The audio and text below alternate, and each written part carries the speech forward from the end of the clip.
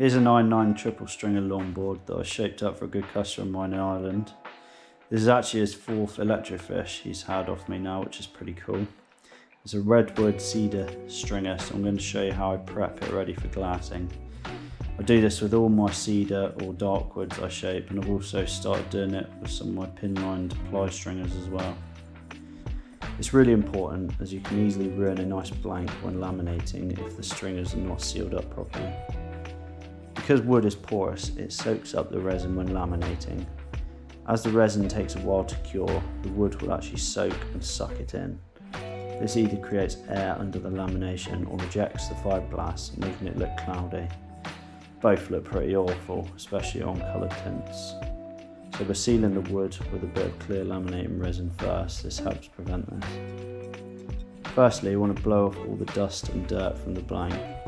It's surprising how much is left on a freshly shaped board. It's very important that all the loose dust is off, as I'm pretty sure this is what causes a lot of delamination. You want the resin to bond to the foam properly and not just a layer of dust. The next thing I do is knock off and dull any sharp edges of the string or foam.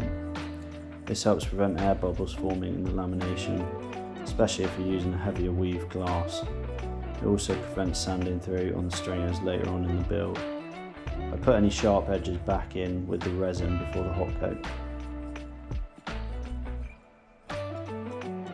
So you want to tape off and prevent any resin from getting on the foam. This is very important for tints, as anywhere the clear resin has touched the foam, you'll get a lighter colour or stain, as the foam will have soaked up clear resin rather than your coloured tint. It's not so important for clear laminations, but it's still good practice. You want the stringer to soak up a good layer of resin, so I thin it out with about 5% styrene first. This is just normal laminating resin. Whatever you do, don't add wax solution to this mix. You want it to kick pretty slow, so I use about 1% catalyst. Pull the tape before it kicks and then repeat on the deck. Ideally, you want to let the resin fully cure for about 24 hours before you laminate, but I've done it after just a few hours. You just have to be careful when laying out your fiberglass, as it can get stuck and bunch up on the tacky stringers. If you are having problems with stringers gassing and bubbling when hot coating, this also is a pretty good method to help prevent it. I'll let you carry on watching the rest of the process. If you have any questions, please let me know in the comments. I'll be making some more board building tutorials, so let me know if there's anything you would like me to cover.